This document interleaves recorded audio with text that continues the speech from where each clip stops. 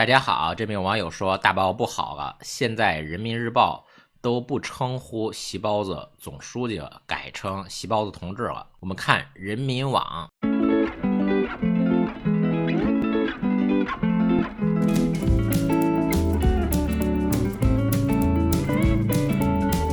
发了一篇报道，参天之木有其根，习包子同志在福建金融实践探索的3个故事。新华网发了一篇报道呢，唯有源头活水来，习包子同志在闽金融论述与实践启示。习包子同志在福建工作17年半，对金融工作做出了一系列极具前瞻性、开创性、战略性的理念创新与实践探索，吹的还挺厉害的。在全省首创借外债搞基建，这不就是空手套白狼吗？成功解决了厦门机场建设资金缺口，推动金融深度参与扶贫，填补下党乡金融服务空白，推进福耀玻璃重组，成功化解资金危机。3个故事生动展现了习包子同志对金融工作的深邃思考与实践探索，为开拓中国特色金融发展之路提供了源头活水和重要指导。这里面真的没有称呼习包子为总书记，而是称呼为习包子同志啊。是不是习包子同志已经不再是总书记了呢？另外一篇报道里面是这样写的：福建是习包子新时代中国特色社会主义思想的重要孕育地之一。习包子同志在福建工作17年半，领导和推动了地方改革开放和现代化建设事业，对金融改革的一系列重大命题进行了深入研究、长远谋划和有益探索，形成了大量原创性理念，开创了多项变革性实践，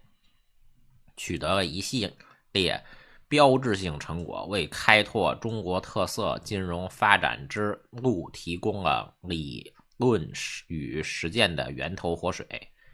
站在新的历史起点上，以习包子同志为核心的党中央坚强领导下，我们坚定不移走中国特色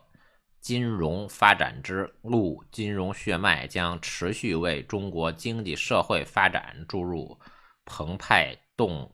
力，为以中国式现代化全面推进强国建设、民族复兴伟业提供有力支撑啊。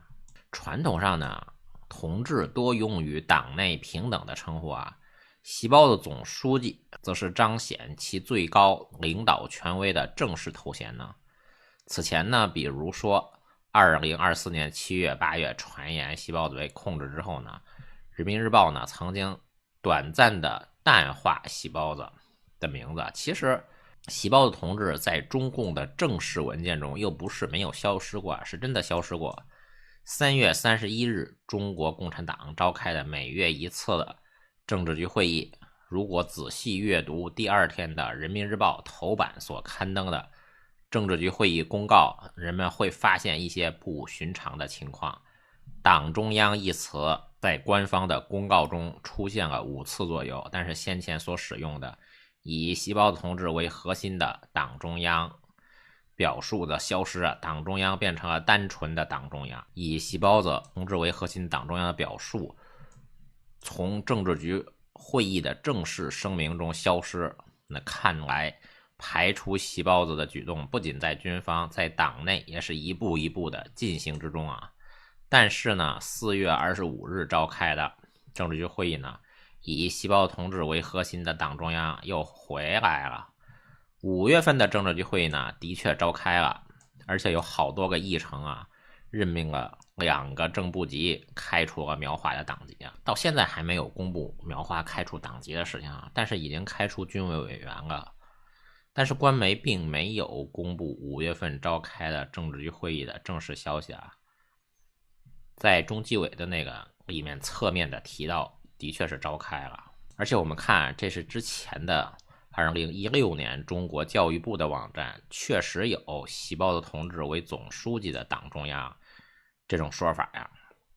所以新华网这个是高级黑呢，还是怎么回事啊？细胞的同志到底还是不是总书记呢？新华网和人民网的高级黑嫌疑呢，可能是因为故意模糊身份，以试探反映宣传口径的变化呀。这好消息是，细胞的还是同志啊，那细胞的同志的弟弟习远平有可能马上就不是同志了，要被中纪委查处了。称呼从细胞的总书记改到细胞的同志啊，可能暗示细胞的总书记的身份受到质疑。2025年3月，政治局会议以细胞的同志为核心的党中央消失，4月份呢又恢复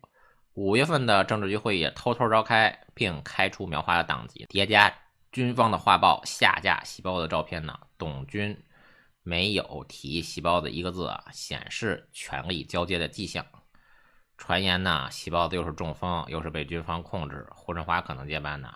如果属实呢，称细胞的同志可能是淡化细胞的现任的角色，保留历史地位，而不是现职的权威。然而呢，以细胞的为核心的表述回归啊，表明官方可能仍在维稳，称呼的调整或者为过渡期的策略，未必立即就丧失权力啊。2025年6月24日，广东省珠海市中级人民法院一审公开宣判，湖南省政协原党组副书记、副主席戴道进受贿、利用影响力受贿案，对被告人戴道进以受贿罪判处死刑，缓期2年执行，剥夺政治权利终身，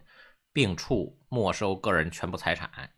以利用影响力受贿罪判处有期徒刑4年，并处罚金人民币40万元，决定执行死刑，缓期2年执行，剥夺政治权利终身，并处没收个人全部财产。对被告人戴道进犯罪所得财物及其孳息依法予以追缴，上缴国库，不足的部分呢继续追缴。听这话茬，这个钱还没收到位呢。2011年12月呢，54岁的戴道进担任湖南省人民政府党组成员、副秘书长、办公厅主任，排名第1的副秘书长。很快没几个月，2012年55岁的戴道进任湖南省人民政府秘书长、党组成员、办公厅主任、党组书记。当时的湖南省长是徐守胜，那之后是杜家豪。戴道进呢，这个湖南省政府的秘书长一直担任到2015年5月呢。就从2011年12月开始算呢，戴道进担任徐守胜的秘书1年多啊，担任杜家豪呢3年的秘书。后来呢，杜家豪担任湖南省委书记，戴道进呢担任湖南省政协副主席。2个人在湖南呢又一起工作4年啊，前前后后戴道进和杜家豪共事7年呢。徐守胜已经死了，2020年12月5日徐守胜死亡啊，不死估计也得抓。杜家豪觉得没事啊。2015年5月到2017年1月，58岁的戴道进担任湖南省人民政府副省长。戴道进担任副省长的时候，大秘叫国正贵。国正贵呢也没有抓啊。国正贵呢曾经担任张家界市委书记。张家界呢几乎是细胞的全家桶啊，全是细胞的人。国正贵这个张家界市委书记就是杜家豪和徐大哲提拔的，徐大哲也抓了。中南海政局动荡，细胞的失去权力呢，引发国际关注。美东时间6月27日，美国前中将弗林将军在 X 平台上发帖说，中共正在发生权力更替，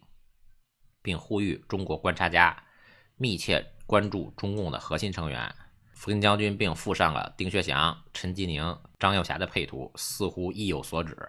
以上3人是中共新的领导班子的核心成员啊。弗林的贴文说，注意，中国显然正在发生权力更替，中国观察家需要密切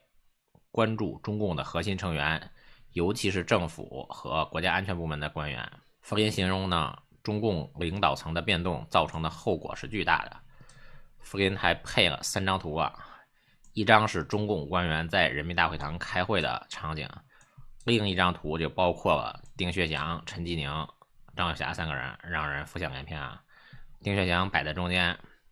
似乎一指为总书记啊，陈吉宁是总理的人选，张幼霞入场很可能是兼任军委主席啊。第3张照片呢是张幼霞一个人，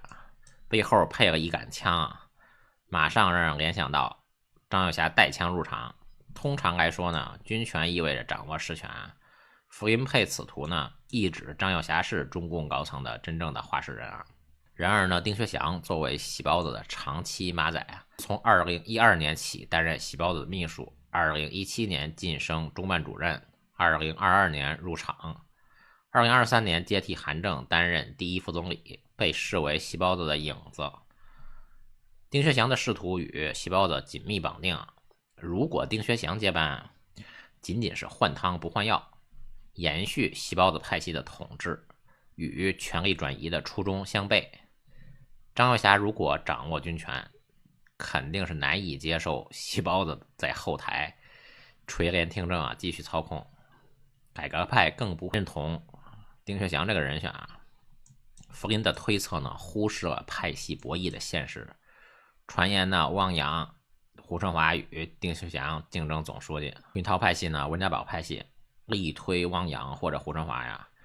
张幼霞也支持此方向。胡春华作为团派的代表，近年高调啊，比如2025年6月主持政协会议，代表改革派的诉求。汪洋则以务实著称，均较丁薛祥具有更广泛的认同啊。丁薛祥如果上位，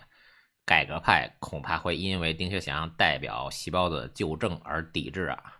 全国人民更是不买账。细胞子13年的执政啊，2012年到2025年，经济增速放缓，房地产危机频发，民怨沸腾，民众对细胞子派系已经失望透顶。福林呢，忽视了这一民意基础，这个推测呢，缺乏说服力。细胞子执政13年呢，中国面临债务危机、人口老龄化及国际孤立，经济增速呢，从2012年的 7.9% 降到了2024年的 4.6%， 民生疾苦加剧。传言呢，细胞子谋杀了李克强。2023年10月，李克强突然就死了。如果不了了之呢，会引起公愤。网友呢多条帖子质疑其合法性。如果丁薛祥接班，延续细胞子的治理啊，恐怕会加剧社会动荡。福林呢没有提及这些治理失败以及道德污点，仅凭派系推测，忽视了接班人选需要承担的历史包袱啊。福林的判断显得有些浅薄啊。福林将军虽然是美国前国家安全顾问，2025年6月27日发文称中国发生权力更替，提及丁薛祥、陈吉宁、张幼霞，但是福林的分析基于 X 平台的配图及传言，缺乏实质的证据。张幼霞掌握军权，苗华落马，何卫东失踪等迹象呢，支持权力转移。但是丁薛祥接班呢，这个不靠谱啊。细胞子如果还有本事扶丁薛祥上位，那么他就不会退休啊，自己干不就行了。福林退休后，他的信息来源呢多是二手传闻，易受误导。相比之下呢，汪洋、胡春华的接班传言更符合派系平衡。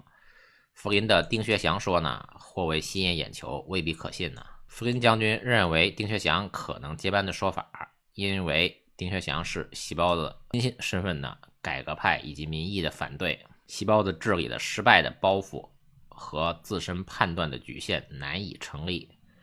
丁薛祥如果上台呢，换人不辩证，违背权力转移的改革需求，民众对细胞子派系的不满以及李克强事件的疑云呢，更不支持丁薛祥接班啊。当前局势下呢，胡春华或者汪洋更具有接班的潜力。好的，谢谢大家。